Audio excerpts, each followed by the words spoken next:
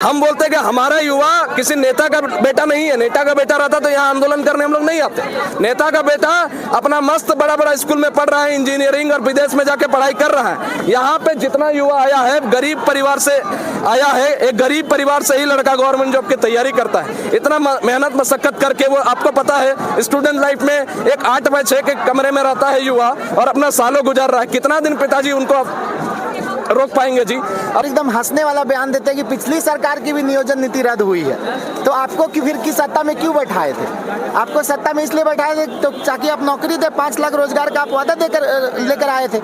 तो सरकार पूरी तरह से युवाओं को ठगने का काम अब तक की है। अब हमारी मांग, हमारे छात्रों की मांग यही है कि अब ये सब करना बंद करे सरकार। झारखंड की राजधानी में जो विधानसभा है, उस विधानसभा को घेरने के लिए झारखंड के तमाम जिलों से छात्र रांची पहुंचे हैं और उनकी मांग है कि सरकार जल्द से जल्द संवैधानिक नियोजन नीति कहने का मतलब यह है कि जो भी नियोजन नीति बनता है इस राज्य के अंदर, वो हाई कोर्ट में जाकर यही तर्क पर कि असंवैधानिक है उसको रद्द कर दिया जाता है। तो छात्रों का मांग है कि संवैधानिक नियोजन नीति जल्द से जल्द बने और सरकार जो नियोजन नीति हाई कोर्ट से रद्द हुआ उस रद्द के खिलाफ सुप्रीम कोर्ट ना जाए।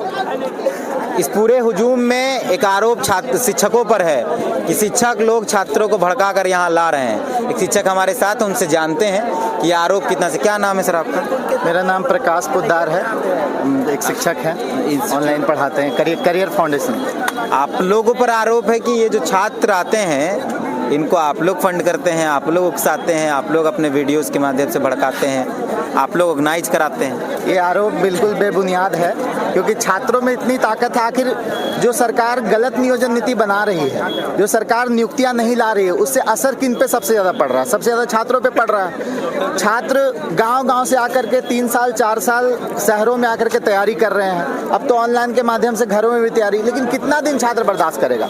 छात्र तो ज़्यादा दिन बर्दाश्त नहीं करेगा ना। और ऐसी नियोजन नीति जानबूझकर सरकार ला रही है जो कोर्ट में जाकर के फंस जाए। जानबूझकर ऐसी सरकार की नीयत नौकरी देने की थी ही नहीं। जब से सरकार बनी तब से तो 2 साल कोरोना का बहाना करके टालती रही। उसके बाद जब नियोजन नीति लेकर आई, उस समय भी हम लोग सरकार को संदेश देने का प्रयास किए थे ट्विटर के माध्यम से कि ये संविधान के अनुरूप नहीं है, ये मौलिक अधिकारों का उल्लंघन है, ये कोर्ट में जाकर के नहीं टिकेगा। लेकिन फिर भी सरकार जबरदस्ती लेके आई। इसका इतने सारे IAS IPS से घिरी सरकार, सेक्रेटरी से घिरी सरकार, मुझे ये समझ में नहीं आता है। हंसी भी आती है कि ये लोग किस तरह के लोग हैं जो एक सही नियोजन नीति नहीं बना पा रहे हैं। अगर छात्रों को कह दिया जाए तो छात्र एक सही नियोजन नीति बना करके दे देंगे, लेकिन 3 साल में इनसे एक नियोजन नीति नहीं बना। और एकदम हंसने वाला बयान देते हैं कि पिछली सरकार की भी नियोजन नीति रद्द हुई है, तो आपको कि फिर की सत्ता में क्यों बैठाए थे? आपको सत्ता में इसलिए बैठाए थे तो ताकि आप नौकरी दे, 5 लाख रोजगार का आप वादा देकर लेकर आए थे।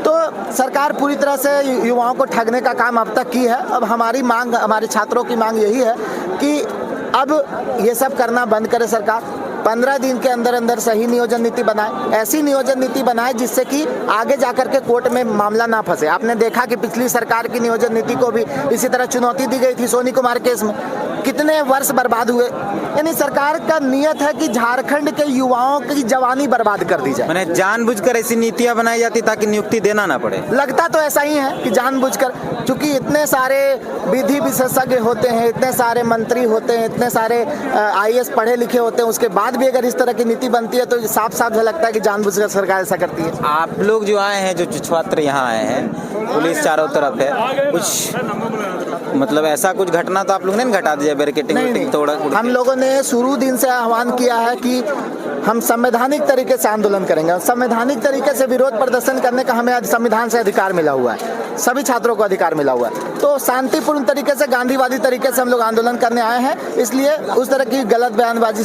नहीं करनी चाहिए लोगों को कि ये बरगलाया जा रहा है, ये सब चीज़ें नहीं है, गलत बात है ये सब। इसके बाद आगे, आज के बाद क्या है?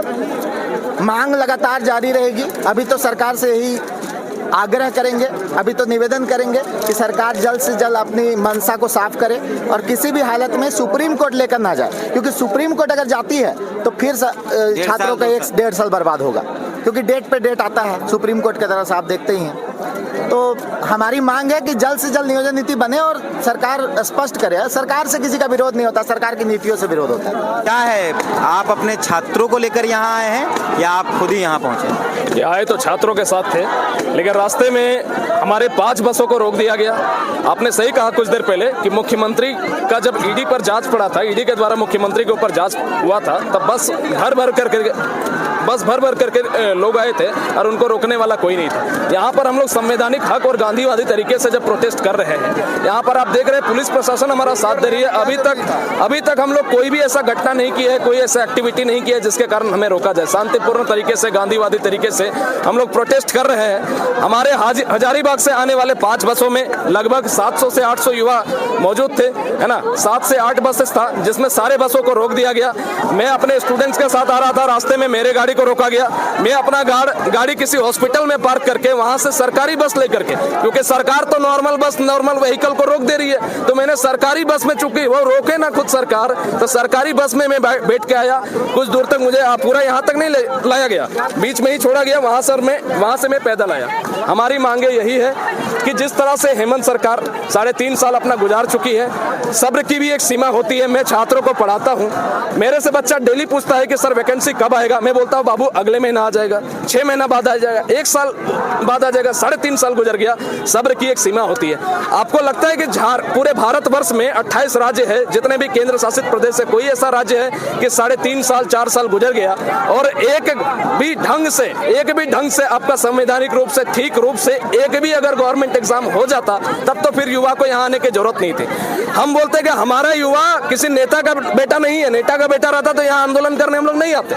नेता का बेटा अपना मस्त बड़ा स्कूल में पढ़ रहा है, इंजीनियरिंग और विदेश में जाके पढ़ाई कर रहा है। यहाँ पे जितना युवा आया है, गरीब परिवार से आया है। एक गरीब परिवार से ही लड़का गवर्नमेंट जॉब की तैयारी करता है। इतना मेहनत मशक्कत करके, वो आपको पता है स्टूडेंट लाइफ में एक 8x6 के कमरे में रहता है युवा और अपना सालों गुजार रहा है। कितना दिन पिताजी उनको रोक पाएंगे जी। अब युवा थक चुका है, अपने मांगे मांगने के लिए आया है। मुख्यमंत्री साहब जो बोल रहे हैं कि हम सुप्रीम कोर्ट लेके जाएंगे नियोजन नीति को, ये कहीं भी असहनीय है।